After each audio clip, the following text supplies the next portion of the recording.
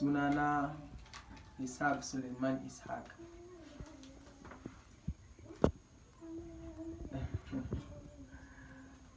To gaskiya kamar yadda ka faɗa, ni matashi ne kuma harkokin matasa yanzu da yawa ina gani kuma ina jin abin da ke faruwa. Gaskiya babban abin da yake lalata rayuwar matasa yanzu babu kamar shaye-shaye. Saboda shaye-shaye shine abu na farko wanda yake in ma baka yin wani laifi zai leading ɗinka ka je kai wani laifi.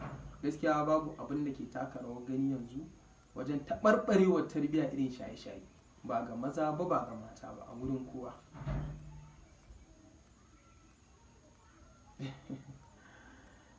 To in muka ɗauki ɓangaren mata, gaskiya yawanci mata abin da ke faruwa na farko sakaci na iyaye. Duk da dai baka iya wa mutum, ka haifi mutum ne baka haifi halinsa ba. To amma da bincike, ƙawaye yawanci su suke lalata ƙawaye. In kika ga yarki tana mu'amala da wance, me mu'amalansu? Shin karatu suke, kasuwanci suke yi, menene mu'amalansu? Daga nan yarki lafiyan talau, ba ta da matsala, ba ta da damuwa, haka za su ja ta su fara ba ta abubuwa su siya mata. Daga lokacin da abin ya shige ta, da kanta za ta siya. Idan babu kuɗi da naki za ta siya, in ba naki kuma dole ta siya da na wani. Gaskiya. To su ma mazan haka ne, kusan haka, amma su maza akwai wani ɓangaren. Shi namiji da rashin kulawa. Akwai mazan da yawanci wasu banza ake da su. Wani ya gama makaranta ba aikin yi, sannan daga lokacin da matashi ya gama secondary, a wannan lokacin zai yi tunanin to ina makomarsa take.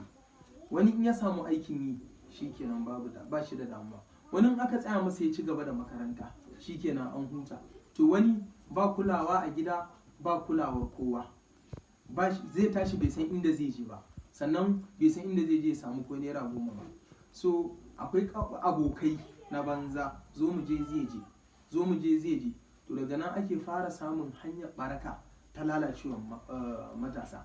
Kuma ba wai iya shaye-shaye kaɗai matashi yake yi a daidai wannan lokacin ba.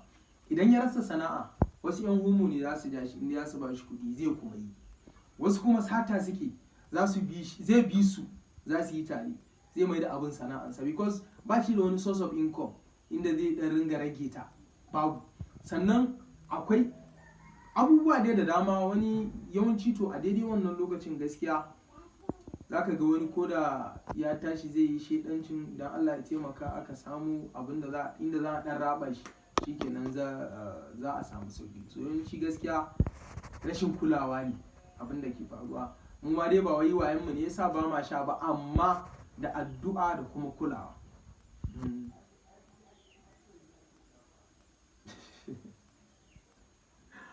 To ni ya zan iya gaya maka ɗanɗanon wani abu, ni ba na shan.